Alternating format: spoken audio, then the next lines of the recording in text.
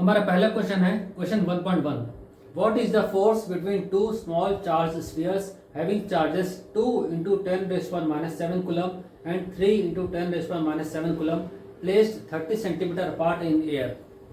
तो बहुत basic question है। फर्स्ट क्वेश्चन बहुत बेसिक होता है हर चैप्टर का, तो ये भी पहला बेसिक क्वेश्चन है। चलिए सॉल्व करते हैं। ये आपको गिवन है क्वेश्चन में, चार्जेस दिए हुए हैं। एक चार्ज Q1 की वैल्यू 3 into 10⁻⁷ दिया हुआ है, Q2 की वैल्यू 2 into 10⁻⁷ कूलम दिया हुआ है। Distance separating the two charges is 30 centimetre question में दिया हुआ है। ठीक है, ये हमारी वैल्यू है। इसको अब देखिए यहाँ समझना जरूरी है। चार्जेस की वैल्यू देखिए, एक Q1 बहुत छोटी वैल्यू है, Q2 भी बहुत छोटी, -7 बहुत छोटी वैल्यू होती है। तो इसलिए आपको दिख रहा होगा ये चार्जेस बहुत छोटे हैं। अपने डिस्टेंस के कंपैरिजन में ये चार्जेस बहुत छोटे हैं, तो हम इनको पॉइंट चार्जेस बोल सकते हैं। हमने मैकेनिक्स में पढ़ा है, कोई भी ऑब्जेक्ट पॉइंट ऑब्जेक्ट कब कहलाता है, जब उसका डिस्टेंस के कंपैरिजन में उसकी खुद की वैल्यू बहुत छोटी होती है। डिस्टेंस 30 सेंटीमीटर है और चार्जेस -7 में है, बहुत छोटी वैल्यू है। तो यहाँ पर हम कंसिडर कर सकते हैं दीज आर पॉइंट चार्जेस। और पॉइंट चार्जेस को सॉल्व करने के लिए द वेरी फेमस लॉ है हमारे इलेक्ट्रोस्टैटिक्स में, वो है the Coulomb's law. Coulomb's law can only be applied for point charges. ये हमने बहुत पहले थ्योरी में पढ़ा हुआ है। यहाँ पॉइंट चार्जेस हैं, तो कूलम्स लॉ क्या कहता है, force is directly proportional to, ये कूलम्स लॉ ऑफ फोर्स है। Coulomb's law is directly proportional to product of two charges and inversely proportional to square of the distance between them. इसको inverse square law भी बोलते हैं।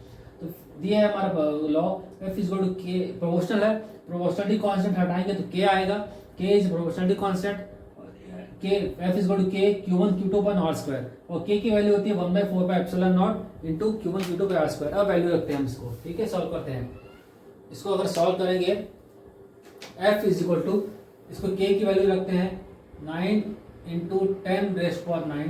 इसको अब solve करेंगे तो यही मिलता है आपको, into 6 into 10⁻⁴ divided by 30 into 10⁻² का स्क्वायर। ठीक है, डिस्टेंस स्क्वायर है। तो ये हो गया 9 into 10⁻⁹ into 6 into 10⁻⁴ divided by 900 into 10⁻⁴। ये सिंप्लीफाई करेंगे 9 into 10⁻⁹ into 6 into 10⁻⁴ upon 9 into 10⁻²। 9 9 cancel, और इसको सिंप्लीफाई करते हैं ऊपर जाकर, तो क्या मिलेगा आपको 6 इंटू 10⁻³ न्यूटन या 6 मिली न्यूटन। ठीक है, हमारा फोर्स की वैल्यू आ गई, ये हमारा आंसर है। अब इसको डायरेक्शन हम डायग्राम ड्रॉ करके समझते हैं। ये हमारा चार्ज Q1 है, ये हमारा चार्ज Q2 है। ठीक है, हमारे पास दो चार्जेस हैं। इसकी वैल्यू +30 माइक्रोकूलम, इसकी वैल्यू +20 माइक्रोकूलम। ठीक है, दोनों ही पॉजिटिव चार्जेस हैं, +30 +20 दोनों जब पॉजिटिव होते हैं तो हमें ये मालूम होना चाहिए, हमें पता होना चाहिए इसकी वैल्यू जब इतनी छोटी होती है तो ये values like charges repel each other, unlike charges attract each other. तो फोर्स कौन सा होगा इसके बीच में, दोनों पॉजिटिव हैं, लाइक चार्जेस हैं, तो डेफिनेटली ये होगा रिपल्सिव फोर्सेस। ठीक है, फोर्स एक दूसरे को रिपेल करेंगे, वो चार्जेस एक दूसरे को रिपेल करेंगे, दूर भागेंगे अपने से। और कहाँ लगता है, along the line joining the two forces. ठीक है, फोर्स लगता है along the line joining the two charges.